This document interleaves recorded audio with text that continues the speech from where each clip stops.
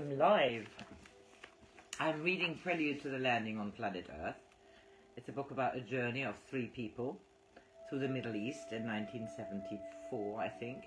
And this is written by Stuart Holryoyd, who has been listening to the tapes of the recording. These are channeled messages from the council.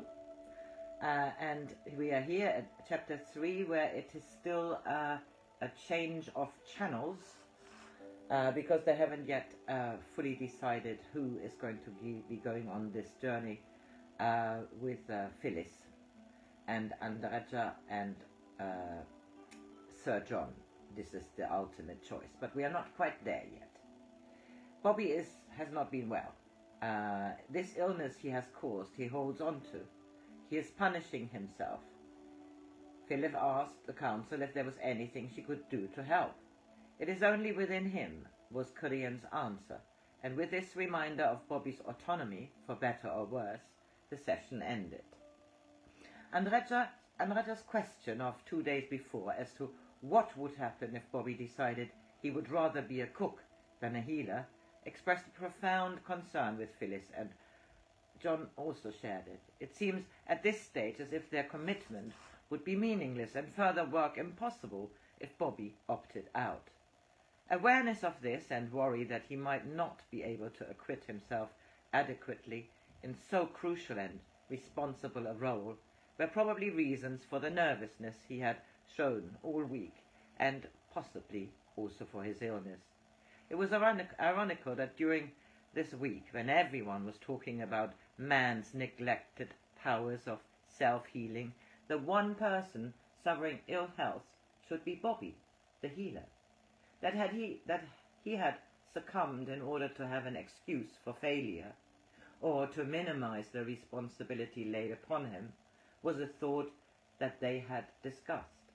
But if Korean was right and he was punishing himself with his illness, this was more ominous, for it suggested that he had already acquiesced in a sense of failure.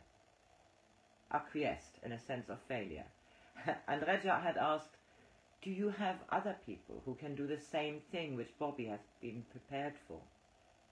But instead of answering his question, Korean had said, "Bobby feels he is in a cage," and reiterated that at any time he could exercise his free will to break out and run, and there would be nothing they could do or anyone on earth could do to prevent him. What then, they had all wondered, would become of the mission they had pledged themselves to? Would the cosmic connection be severed for good? And why should such supposedly important work as they were engaged in be so utterly dependent on someone so deficient in the qualities of character to perform it? During the week of the May lectures, John was tied down by his commitments to the guest speakers and was not able to get up to Mill Hill to participate in the communications held there. Transporting the lecturers from the States had been a major item of expense, and John was determined to make the most of the opportunities afforded by having these people simultaneously together in one place, despite the indifference of the press and the establishment. All week he was busy introducing people to each other, discussing projects, attending meetings. PR work was something he didn't find particularly congenial, and he had to put a lot of effort into it. And at the end of these days he was immensely grateful for the repose he found with Diana, an intimate friend for 3 years with whom he was staying in London. As Diana Bachatti plays an important part in our story later, it may be as well to get introductions over at this stage. John had met Diana in 1971 at Esalen, the Growth Movement Institute at Big Sur, California.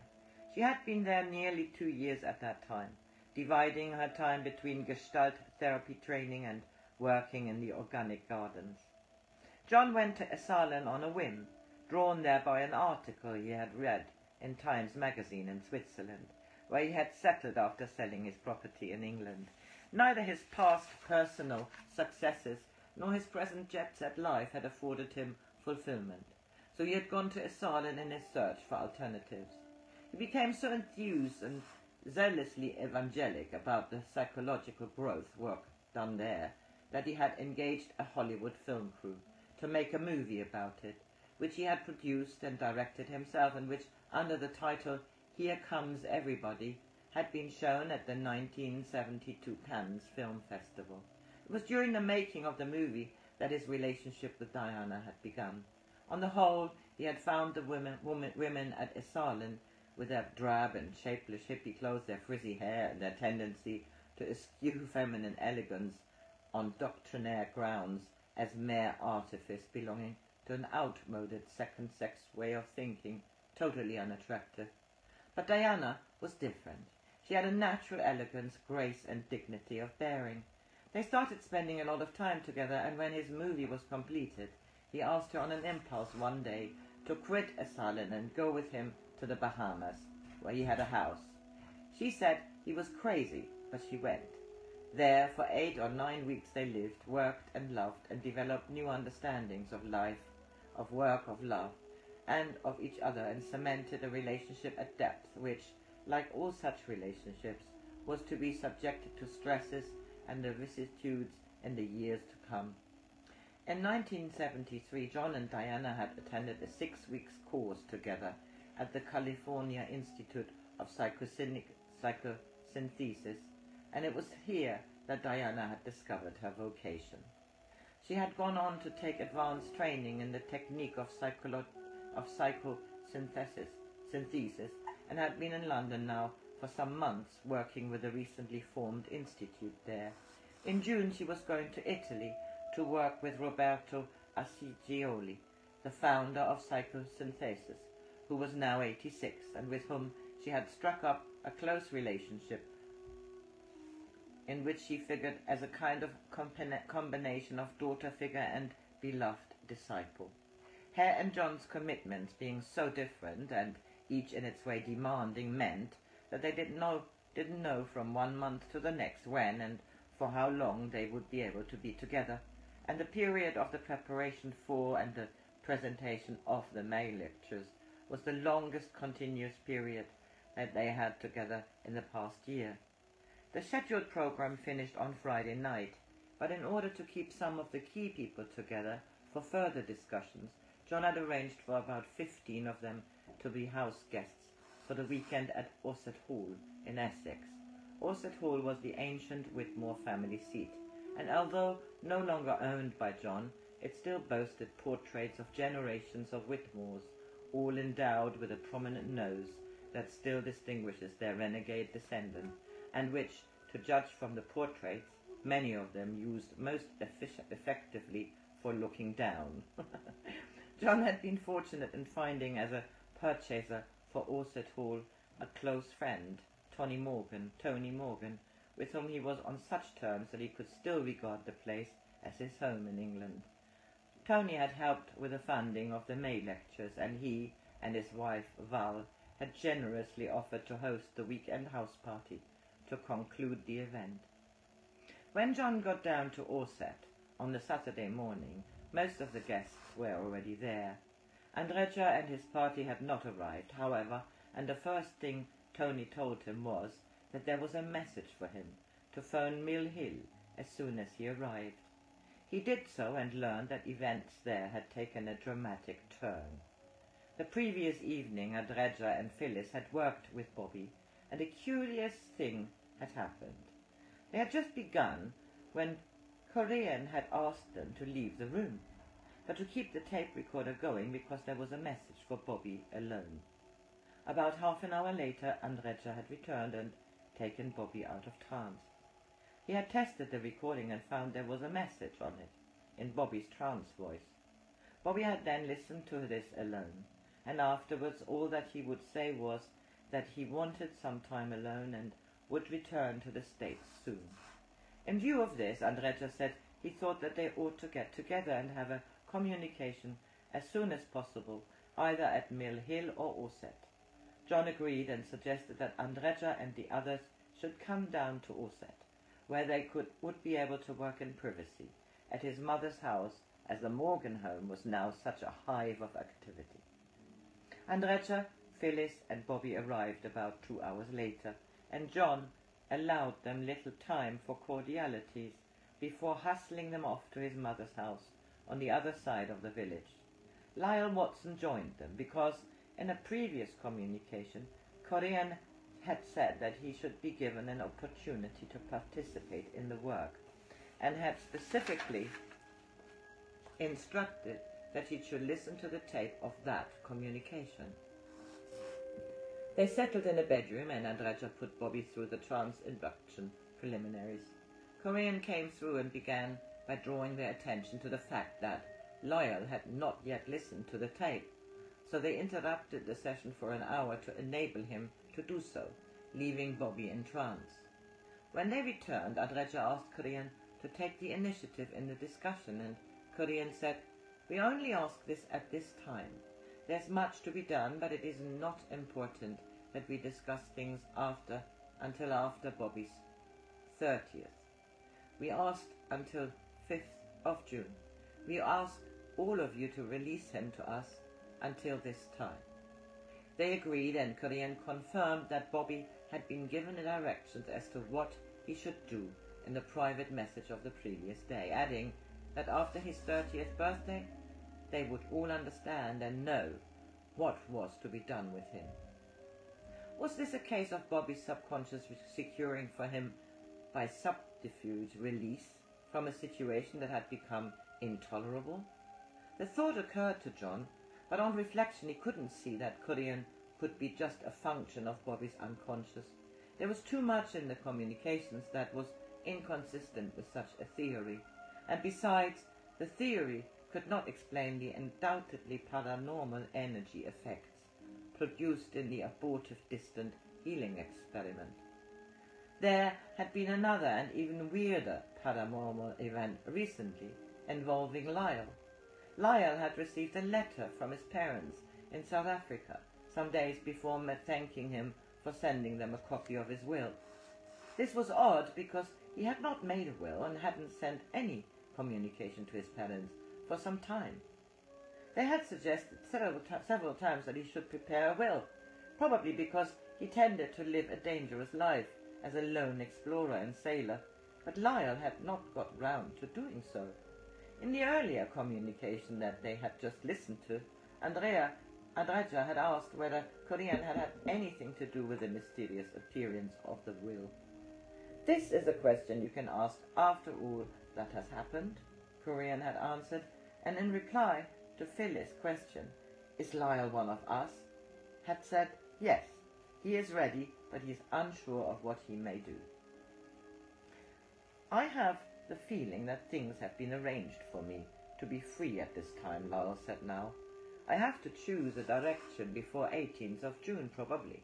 Is there something I can do or should be doing?" "We only ask for a commitment at this time," Corinne answered. "It will be clear by his 30th to all of you. We do not ask anything else until then."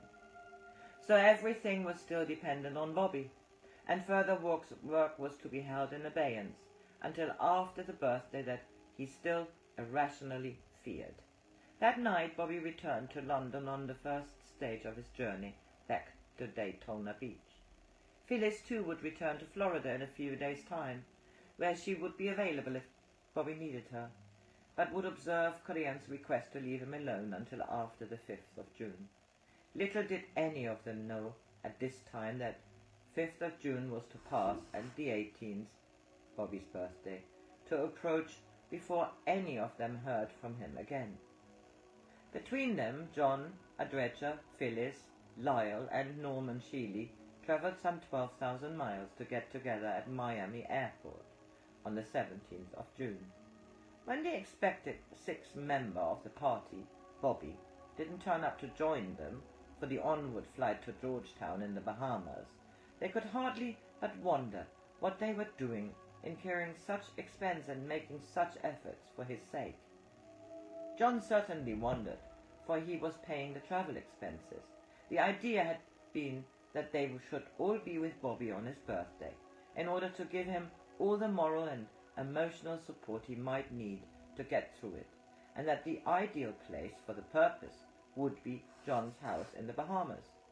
Bobby had agreed to the proposal and said he would meet them at Miami Airport, but it was over a week since Phyllis had made this arrangement with him, and she hadn't been able to contact him since.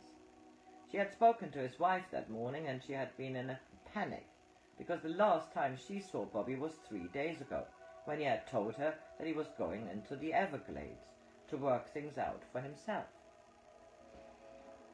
Phyllis had left messages for him all over the place, confirming the time of the meeting at the airport, and she kept hoping until the last minute that he would turn up. His failure to do so made the whole operation seem rather pointless and absurd, but they were too deeply committed to the arrangements to change them, so they took their scheduled flights to Georgetown without Bobby, who, for all they knew, was still in the Everglades, the treacherous and infested swamp region of inland Florida. Stoking Island is a small island about a mile offshore from the larger Bahamian island of Great Exuma. Some years before, John had bought an unusual Spanish-style house perched on the rocky shore facing Georgetown on the main island. A young couple occupied and maintained the house when he was not there, which was most of the time, and they had prepared guest rooms and laid in supplies for the present visit. It was an idyllic place, with palm trees and colourful bougainvillea growing in the courtyard, and the guests expressed appropriate delight and admiration. But the unspoken question, "What are we doing here?" was in all their minds. John reflected that, except for Lyle, none of his guests was a person that in normal circumstances he would make a friend of, and wondered how he was going to occupy them. In the evening they had a barbecue dinner in the courtyard, during which, by tacit agreement, they talked about other things than the problem that preoccupied them all. After dinner they went into the house and assembled in the living room to discuss what they should do. Korean, Andrija recalled, had promised that everything would be made clear to them after Bobby's birthday, which was tomorrow, so perhaps they should just wait and see what happened. Bobby might turn up on another flight. Phyllis said she wouldn't be surprised if he did, because the last time she had spoken to him, he had really wanted to be with them all at that time. It was unfortunate there wasn't a telephone on the island, so that she could phone his wife again and give her a number for Bobby to phone and leave a message if he wanted to. John suddenly had an idea. Phyllis was a medium, wasn't she? She could communicate with other dimensions. Why not see if one of her spirit controls could give them any information about Bobby's whereabouts and well-being? It was worth trying, Andrija said, and Phyllis agreed to cooperate. She would have to wait an hour or so, though. She said she never did trance work so soon after a meal. When the hour had passed and Phyllis said she was ready, Andrija set up equipment to record whatever transpired, and John doused the lights. Phyllis slowly counted down into a deep trance. Her body slumped, remained so for about 2 minutes, then gradually straightened as the control took over. "We are here," she said in a firm voice. "I am Rir." This was an unexpected turn-up. Rir was the name of the entity that had communicated through Phyllis during one of her classes, the message about the three of them coming together and forming a core around Bobby. During one of the sessions at Ossining in April, they had ascertained that Rir and Korean worked in cooperation, so Rir was presumably not a spirit, but an extraterrestrial. Andrija asked about Bobby, and promptly received the answer. He is defying. He is being defiant. We understand why it is the nature of his thinking, but we are all gathered, and you are all gathered, and we will be and pray with you. We are attempting to stop this testing. We are attempting to ease his burden. He will test us in the car tomorrow at 3. A decision has been made among us that we must not interfere in the mechanics of the car, because then he will do something of a more desperate nature. It is this nature that defies and dares, that is also strong in releasing the energy that flows through. I have a feeling that he actually will put himself in a situation where he can be killed, Andrija said. And his reasoning is that if he is really wanted by the powers you represent, he will then be spared, and that for him will be proof positive. That is right, Rea confirmed. But there was another aspect to the situation that Andrija's analysis omitted. Besides the test that he is desiring of in his mind, he is positive that he has no value. He is positive that he will only disturb, harm, and destroy you. That has been his pattern in his past. He is not aware that this destructive nature can be utilized for your world. When the testing he does is finished, and we pray it goes well, then he will have a glimpse of hope. The only way the assembled group could help at this time, Rea said, was by holding sessions of meditation, seated in a circle and sending him love. Our love, your love, can penetrate the iron he has bound himself in, Rea said. They agreed to meditate that night and the following day at the crucial hour of 3. But the feeling of frustration at being able to do no more than this, and at being so dependent as they were on Bobby for the continuation of their work, caused Andrija to ask some questions that they had all entertained. Why was a person with so many weaknesses and inabilities as Bobby had chosen for such work? Why wasn't there opportunity to serve given to some other member of the group, any one of whom could be happy to take it on? We did not choose, Rea said. He chose. We give each and every one of you a chance to perform your service. All of you are here for service, but for some of you that service is necessary. He is one of these. He is also one of us. When we return to your physical world, we sometimes forget the spiritual side of our makeup. You have all been in this position at one time or another, all so evolved through processing. The work is not just our work, it is the work of the universe. All of you have served, all of you have evolved. It is now his chance, but if he should fail, there will be 2 of you that can carry on, and then there will be more, because there are those that are waiting. This answer, which put Bobby's crisis in a universal context and gave it a relevance beyond the merely personal, and which also assured them that whatever happened, the work would go on, at the same time considerably alleviated their feelings of frustration and impotence, and strengthened their resolve to continue to give Bobby all possible support. But what would happen, Norman Shealy asked, if Bobby survived his crisis and decided no longer to participate in the work? Would the changes that had been effected in him be reversed? We do not take back what we give, Rea said. John asked if that meant that Bobby would retain some of his healing ability, and was given the answer, that is right, but it is tragic if that is so. In your experience with this type of opportunity, Andrija said, do you often run into this kind of testing with a tinge of destructiveness in it? Is this more the case than not?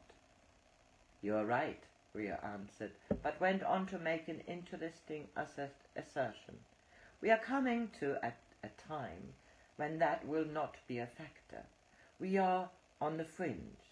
In the past, until this time, that type of energy which is compatible with this planet has only evolved to this point. You have new people that will not be so. Does this refer to some of these youngsters who have appeared all over the world recently with unusual powers? Andrija asked. This is what we speak of, said Rea. This was the first mention in the communications of a subject that was to recur frequently in later ones. A number of other questions on various topics were put by members of the group and answered by Rhea before the session concluded, with a moving assurance and exhortation. The one thing that we know is that the work and the service will go on, and we have the nucleus here. Know that and have joy within you. This is a heavy time, a troubled time, because we are as responsible as you. Only love, unselfish as well, non-possessive, pure, will bring this into being, from our side as well as yours. You must always share and love and be open with each other.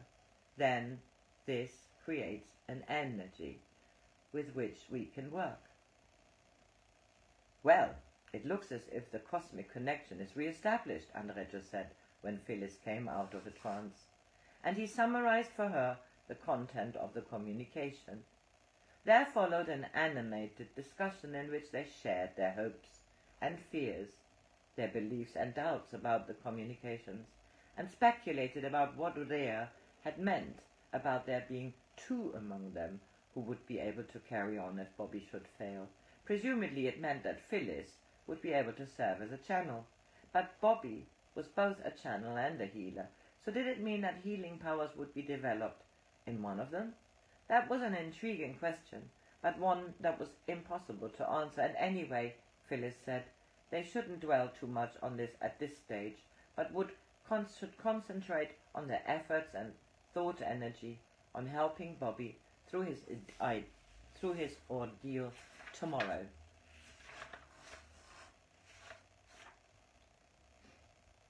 At 3 o'clock in the afternoon of the 18th of June, Bobby's birthday, they all assembled in the courtyard and sat together in meditation for 15 minutes, as they had been instructed to do, trying to send Bobby psychic support and love in his hour of supreme crisis.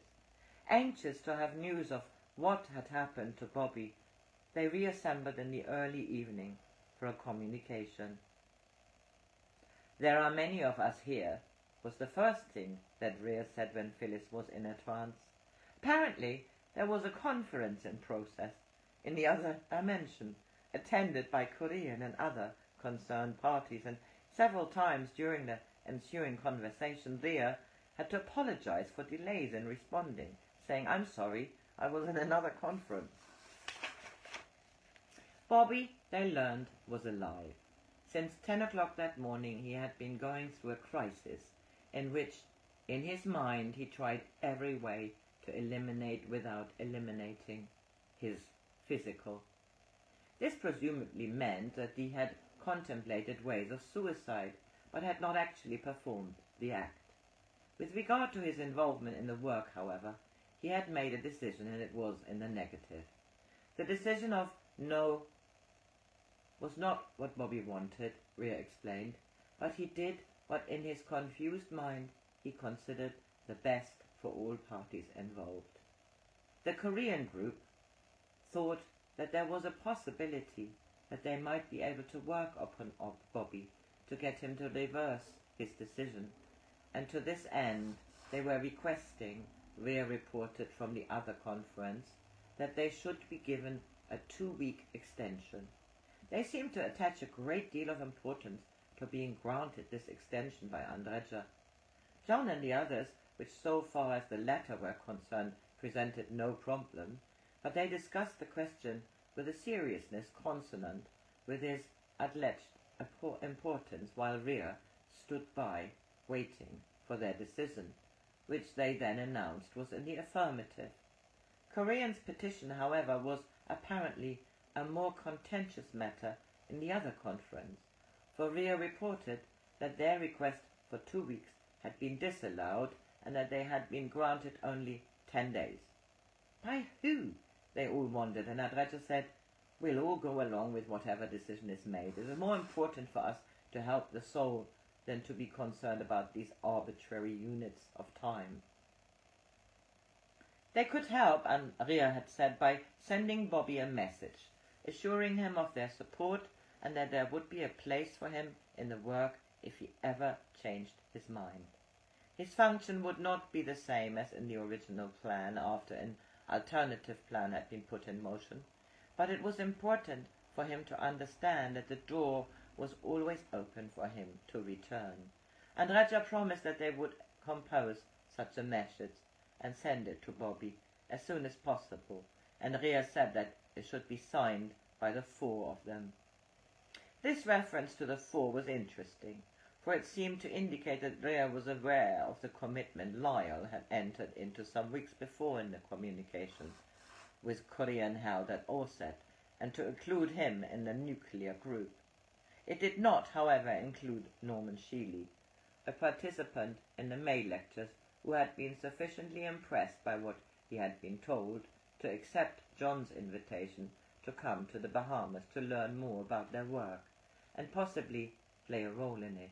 It was clear from the conversations that they had had that Norman was intrigued but highly skeptical, and was concerned for his professional reputation should he get more deeply involved. As a medical practitioner, he had already gone out on a limb by recommending the use of psychics as diagnosticians, and obviously, if he went back to his peers and said he had been talking with space beings, he would be putting himself beyond the pale. "We have reviewed the outline of this new doctor," Ria said when Andrija introduced Norman into the discussion. "It is of a practical purpose, we understand, in your world." Probably relieved at not being asked to make a commitment, Norman put a question about the purpose of Bobby's work as a healer. "We explained that last evening," Ria said. "The decision was made a long time ago." "I'm thinking more in terms of the purpose in the world, not for Bobby's soul," Norman said. "The purpose of your civilization, with its influence upon humanity." "This is why Korean is being given special allowance," Ria said, and Andrija elaborated, explaining to Norman about the work of preparing mankind for the landing. "Well, if this is true," Norman said, "then the main goal is to achieve as generalized a raising of consciousness as possible, is it not?" "You used the statement, 'if this is true,'" Ria admonished. "If this is the purpose, is what I mean," Norman corrected. "That is better," Ria said. "Doctor, will you explain?" And I had to explain that the general idea was that Bobby was to be used gradually to win over the medical profession, as part of an overall plan to prepare for the landing. Then Ria drew the session to a close. "You will bear with me, but I have been conversing in 2 spheres. We send you love, we send you blessings, we send you peace. We are pleased that you have decided to continue with us. We know of your problems. We know of your concerns. We do not have the density that you must deal with. We do not know, given the same conditions, if we could do what you must do in the world of denseness. We go in peace." When Phyllis came out of trance, she was disorientated and felt that something was wrong.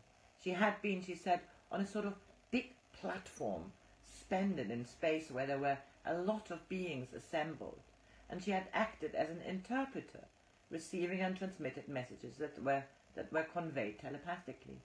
John assured her that what she had said made sense in relation to the communications they had had just now, and that there was nothing wrong with Phyllis remained disquieted, and said, "It was a strange place. I don't remember ever being in a place like that before when I do this stuff. Some things I don't understand is why they think this is so heavy for us," Lyle said. "Why do they think this is such a big thing we're doing for them?" This led to a discussion of the characteristics of the communicators and the impressions they had each formed of them.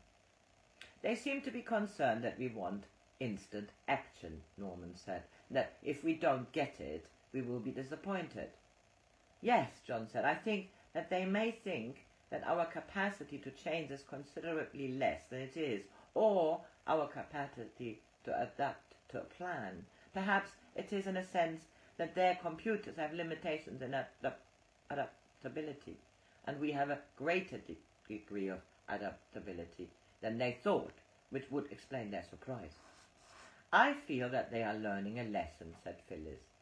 Is it possible for their souls to grow more? Of course, for all souls, said Andrija. We tend to think of them as being godlike, but they're not, right? They insist on being equals, yet, as John says, their computers were programmed in a way to read us out, and they are surprised that we can actually operate as we are doing. It was a novel idea that they might have something to teach as well as much to learn from their extraterrestrial contact. And the news about Bobby was a relief, if not exactly encouraging. They composed and signed a letter to him to mail the next day and retired for the night, looking forward to their next communication with Rhea, which Rhea had said could be at their convenience the following evening. They spent the next day, for the first time since they have come to the island, swimming, sailing, and enjoying the sun and the sea. In the afternoon, John and Phyllis went to Georgetown, and on an impulse of Phyllis's, they went to the airport to meet the afternoon flight from Miami, but Bobby wasn't on it. They returned to the house for dinner, and when enough time had elapsed after the meal to enable Phyllis to work, they assembled in the living room. John put out the light and lit a candle and a mosquito coil. Mosquitoes were a problem, for the breeze had dropped and the air was still and heavy. There was scarcely a sound from the water, which could usually be heard rhythmically slapping the coral a few feet from the house, and in the still air the sound of calypso music carried across the bay from the hotel on the main island. Phyllis went into trance, and the communication began with Rhea fussing about some technical problem, saying, "We are attempting a new connection. We may need to adjust for fine-tuning as we proceed. The energy field is strong. This being is now sensitive. We must turn down the volume with every control operating, but the heart is very rapid." "Can you slow that down by just pressing the left carotid sinus?" Andrija put in helpfully. "We correct that and the force field becomes again oversensitive," said Rhea. But eventually the technical problems were overcome. The channel, they were given to understand, was wired with 9 sonars or direct lines, and when the bioengineering was completed, Rhea announced, "We are prepared to work as long as necessary." Reporting on Bobby's state of mind, Rhea informed them that he is in his heart with you. A decision in his heart has been made, but he is on the surface being deceptive. He must face and be honest with that condition. He is bright because of decision, but surrounds himself with dark because of still looking for the easy path. Bobby should be left alone for 10 days, and then would be the time to approach him and to decide whether he could still play his part in the plan. The plan had been that Bobby would have been a catalyst, the switch that would throw a light into your world, that would have been a master switch. But Rhea said any good program or organization must have alternative courses of action in readiness, and proceed to expound a concept that was completely new to everyone. Future healing work, they were told, would be done by pairs or even a group of healers working together, and there were 2 people in the present group who could form such a team. The energy principle involved in channeled healing was difficult to explain in present circumstances, because this brain, Phyllis's, has not the words. But Rhea urged, "You will be patient as we attempt." A thing they had learned through working in the physical world was the necessity of balancing the polarities of male and female energy, for when a subject is not balanced, the energy can be turned inwards, and it can then create a problem. But with a balancing of polarity, the flow stays and strengthens in a positive manner. In the past, many healing channels had been burnt out, because the importance of this balancing of polarized energies had not been fully appreciated. There were in every individual both types of energy, the male and female, or positive and negative, but always one was predominant. And in order for the flow to function, the energy flow we speak of, in order for it not to destroy, blow out, or burn out the channel, you must blend the female and male energies. This did not imply, Rea was careful to point out apparently on instructions from above, they say, I must be clear, a male-female physical relationship, but only a relationship between types of energy. I must clarify, we speak not of the physical, we speak of the etheric, we speak of the energy that flows through each of you. There is an envelope of energy around you. If, for example, a female is used to transmit the energy that we're sending in healing without a balance, we would not be able to continue using that vehicle for a great length of time. But if we work and blend in pairs, if one male is used and the energy is transmitted through the female, if they work in conjunction, it is purified. It operates similar to a cheesecloth. It filters out and clarifies and creates a pure energy. Such a conjunction, Rea further explained, was not always necessary.